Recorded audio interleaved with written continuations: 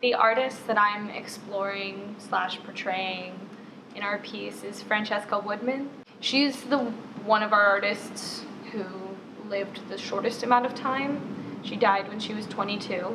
She's a very loaded subject. She's also the artist who's died the most recently. People love to mysticize her and to turn her into this being that may or may not have ever existed. They do this through interpreting her pictures. Although she only lived to 22 and lived about 1 year after she graduated from college, her work that she produced as a teenager and as an art student is monumental, both in the amount of work that we still have from hers and just the early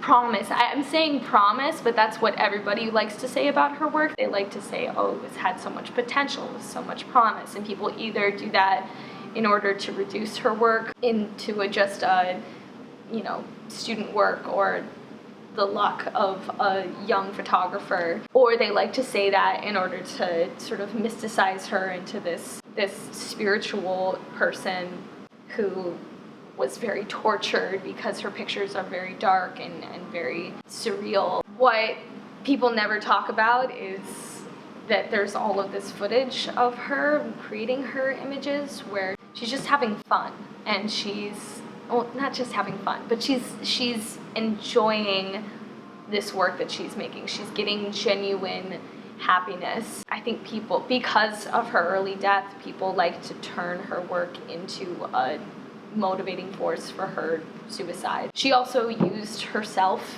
in many of her photographs. She appeared nude in her photographs starting from the age of 13. People also love to reduce that to vanity or to attention seeking, or again to making her into this spiritual elf, non-corporeal being. What I really see the more that I research her and the more that I look at her pictures is that she's just using her body to experiment with what she could achieve. And whether there was more to that or whether there was less to that, whether I'm reducing her myself right now, we'll never know. I really do like her. I identify with her a lot. I read a New York Times article about one of her exhibitions, her posthumous exhibition, and they said that she was a female version of Catcher in the Rye, which felt that I really didn't like that. I felt that they were reducing her and needing to equate her to some male version of what she is in order to make her palatable. And the exact reason why I like her is for the parts of her that are not like Catcher in the Rye. She always hated herself for being obvious and for being vain. And I think that that's something I really identify with and that I think is really human and really tangible. She was a real person and she wasn't a spirit.